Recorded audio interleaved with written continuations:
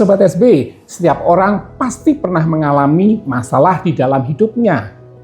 Masalah di dalam hidup itu bisa berupa masalah finansial, masalah keluarga, masalah kesehatan, masalah karier, atau bahkan kehilangan orang yang dicintai. Tentu masalah-masalah ini menjadikan kita semua sulit, susah, bahkan kesedihan yang mendalam. Namun permasalahan-permasalahan ini harus dipecahkan atau diselesaikan. Nah, bagaimana sikap kita ketika kita mengalami masalah seperti ini?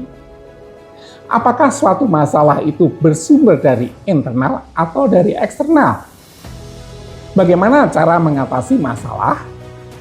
Dan apa yang bisa kita pelajari dari suatu masalah?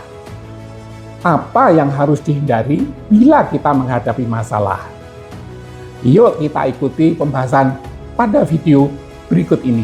Halo Sobat SB, saya Haryo Tinmar. Selamat datang di channel Sukses Bahagia yang akan membahas seputar parenting dan leading yang akan membantu Sobat SB untuk meraih sukses dan bahagia. Sobat SB, seperti tadi saya jelaskan bahwa di dalam hidup ini kita pasti tidak terlepas dari apa yang namanya masalah itu. Nah, bila kita menghadapi masalah itu, maka bagaimana sikap kita? Yang pertama, kita harus tidak panik dan harus tetap tenang. Yang kedua, kita harus menyadari bahwa di dalam hidup ini kita tidak lepas dari adanya masalah tadi. Masalah itu bisa bersumber dari eksternal maupun dari internal. Masalah yang dari eksternal itu misalnya masalah dalam lingkungan kerja yang kurang nyaman, ataupun ada tekanan dari keluarga, atau keadaan ekonomi yang tidak stabil. Sementara masalah dari dalam diri kita sendiri itu misalnya cara berpikir yang negatif, emosi yang tidak terkendali, atau kurang pede, ataupun perilaku lainnya yang dapat merugikan diri kita sendiri. Kalau masalah itu dari luar, mungkin kita butuh lingkungan yang baru. Ini bila memungkinkan. Kalau dari dalam, kita bisa mulai introspeksi, memperbaiki pola pikir, atau belajar untuk mengelola emosi. Sobat SB, bagaimana cara kita mengatasi masalah? Maka kita lihat dulu masalahnya apa. Misalnya, masalah keuangan di dalam suatu keluarga. Kok misalnya setiap bulan itu defisit, padahal penghasilannya bukan UMR. Sebutlah misalnya 20 juta per bulan. Tetapi mengapa selalu defisit? Nah, di sini mungkin tanpa adanya perencanaan keuangan.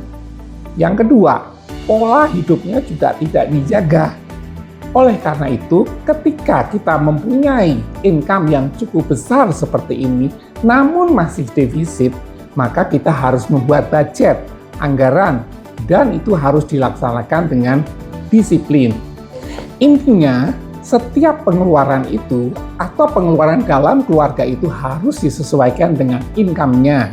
Yang kedua, misalnya masalah keluarga, misalnya ketidakharmonisan antara suami istri. Nah, itu harus dipecahkan. Ketidakharmonisan ini kadang-kadang hanya masalah satu komunikasi. Yang kedua juga pernah saya sampaikan pada video saya sebelumnya, yaitu keakuan atau egoisme. Untuk mengatasi egoisme atau keakuan ini, maka pasangan itu harus punya motto, aku untuk kamu, kamu untuk aku.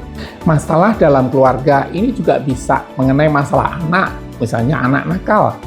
Nah, untuk itu orang tua bisa minta bantuan kepada psikolog. Masalah yang menyangkut kesehatan. Sebenarnya orang sakit itu bisa dipengaruhi oleh kebiasaan-kebiasaan lamanya.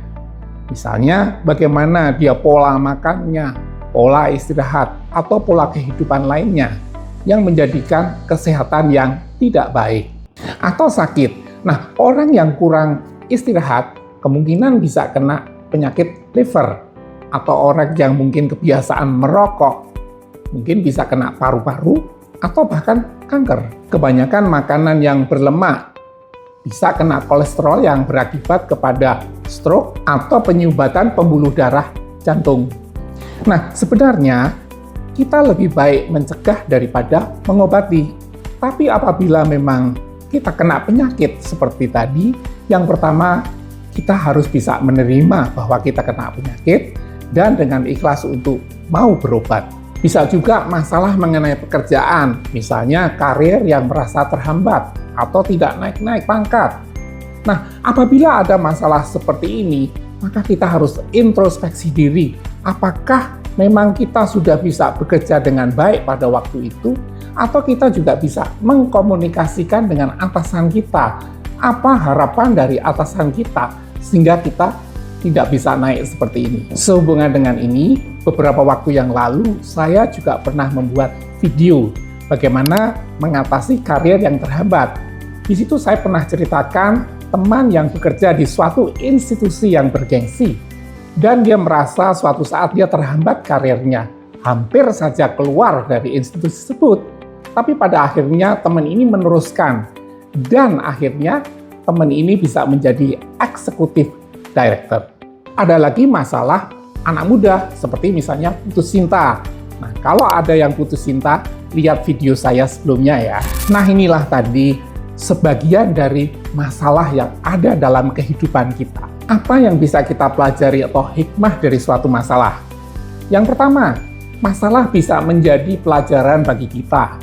Sering masalah itu timbul karena kesalahan kita di dalam mengambil suatu keputusan. Ke depan, kita tidak mengulang kesalahan yang sama. Yang kedua, dengan kita terbiasa menghadapi dan bisa mengatasi masalah, maka kita bisa menjadi pribadi yang tangguh. Yang ketiga, kita menyadari bahwa selama hidup, disitulah pasti ada masalah. Inilah 3 hal yang bisa kita pelajari dari adanya masalah tadi. Sobat SB, jika Sobat SB mengalami masalah, yang paling penting adalah jangan pernah lari dari masalah itu, yang kadang-kadang menambah masalah lagi.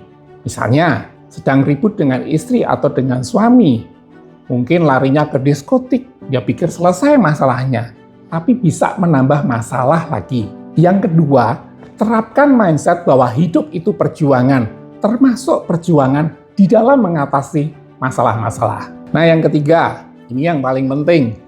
Jadi begini, kalau kita ini terlalu lemah terhadap diri kita, maka kehidupan di luar itu akan terasa keras. Tetapi kalau kita keras terhadap diri kita, maka kehidupan di luar itu akan lebih mudah. Sobat SB, ayo tetap semangat di dalam mengatasi masalah. Pasti masalah akan berlalu. Terima kasih sudah menonton video ini. Jangan lupa like, komen, subscribe, dan nyalakan lonceng notifikasinya agar tidak ketinggalan pada video yang terbaru. Sampai jumpa pada video berikutnya.